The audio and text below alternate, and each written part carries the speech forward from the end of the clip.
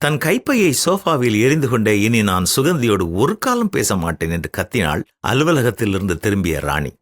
அதை கவனித்த கணவர், ஒரு காலம் என்று சொல்லாதே, அது மிக நீண்ட காலம் என்றார். பிறகு என்ன, நான் என்ன செய்தாலும் அதில் குற்றம் கண்டுபிடித்துக் கொண்டே இருக்கிறாள்.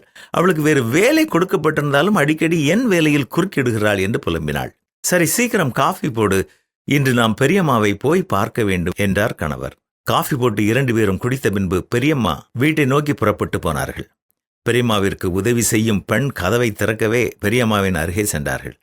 பெரியம்மா கையில் ஒரு கசங்கிய கடிதத்தை வைத்துக்கொண்டு கண்ணீர் வெடித்துக் கொண்டிருந்ததைக் கண்ட ராணிக்கும் கணவருக்கும் என்ன செய்வதென்று தெரியவில்லை. பெரியம்மாவின் கையை பிடித்து கொண்டு ராணி கேட்டாள், என்ன அத்தை, என்ன ஆனது என்றாள். கண்ணீர் வெடித்துக்கொண்டே பெரியம்மா, காலம் கடந்து விட்டது மக்களே, காலம் கடந்து விட்டது என்றார்கள். என்ன சொல்கிறீர்கள் அத்தை, எதற்கு காலம் கடந்து விட்டது என்றாள் ராணி. என்னை மன்னித்துக்கொள் என்று நான் சொல்ல காலம் கடந்து விட்டது என்று மீண்டும் அழ ஆரம்பித்தார்கள். அவர்கள் சாதாரண நிலைக்கு வர சில நிமிடங்கள் ஆனது.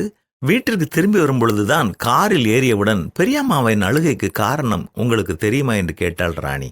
ஆமாம், என்னுடைய ஒரு அத்தைக்கும் இவர்களுக்கும் பிரச்சனை இருந்து நீண்ட காலமாக ஒருவரோடு ஒருவர் பேசாமல் இருந்தார்கள். அவர்கள் மரணத்திற்கு பின்னர்தான் பெரியம்மா அவர்களோடு மனம் பொருந்தவில்லையே, மன்னிப்பு கேட்கவில்லையே என்ற வேதனை பெரியம்மாவை அழுத்துகிறது என்று கூறினார். ஆம், நம்முடைய வாழ்க்கையிலும் நாம் மன்னிக்கவும் மன்னித்து மனம் பொருந்தவும் வேண்டியவர்களோடு மனம் பொருந்தாவிட்டால் அந்த வேதனை முதிர் வயதிலும் நம்மை மிகவும் பாதிக்கும் என்பதை உணர்ந்து கொள்ள வேண்டும். கிறிஸ்து உங்களுக்கு மன்னித்தது போல நீங்களும் ஒருவரை ஒருவர் மன்னியுங்கள் என்பதுதான் வேதம் நமக்கு நினைப்பூட்டும் சத்தியம். நம்மை வேதனைப்படுத்திய எல்லாரையும் நாம் மன்னித்து விட்டோமா? மனம் பொருந்தியதற்கு அடையாளமாக முன்பு போல பேசி மகிழ்கிறோமா? சிந்தித்து பார்ப்போம், செயல்படுவோம்.